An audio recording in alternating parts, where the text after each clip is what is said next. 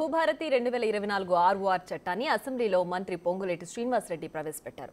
అర్ధరాత్రి 4 గోడల మధ్య తీసుకొచ్చిన ధరణి చట్టం వల్ల సమస్యలు పరిష్కారం కాకపోగా కొత్త తలనొప్పులు తెచ్చిపెట్టిందని మంత్రి అన్నారు. కొండ నాలుకకు మందేస్తే ఉన్న నాలుక ఊడిందన్నట్లు ధరణి పోర్టల్తో లెక్కలేని ఇబ్బందులు ఎదురయ్యాయని వివరించారు.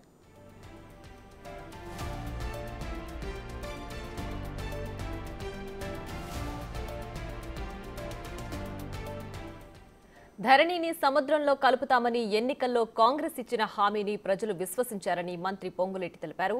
ఆ మేరకు ఇందిరమ్మ రాజ్యాన్ని తెచ్చుకున్నామని అన్నారు.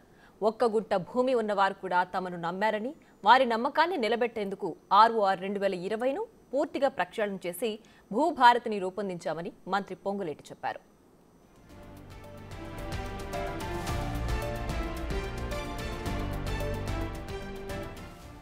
భూభారతి చట్టానికి ఎంతో మంది మేధావులు, ప్రతిపక్షాల సూచనలు కూడా తీసుకున్నామని మంత్రి పొంగులేటి తెలిపారు.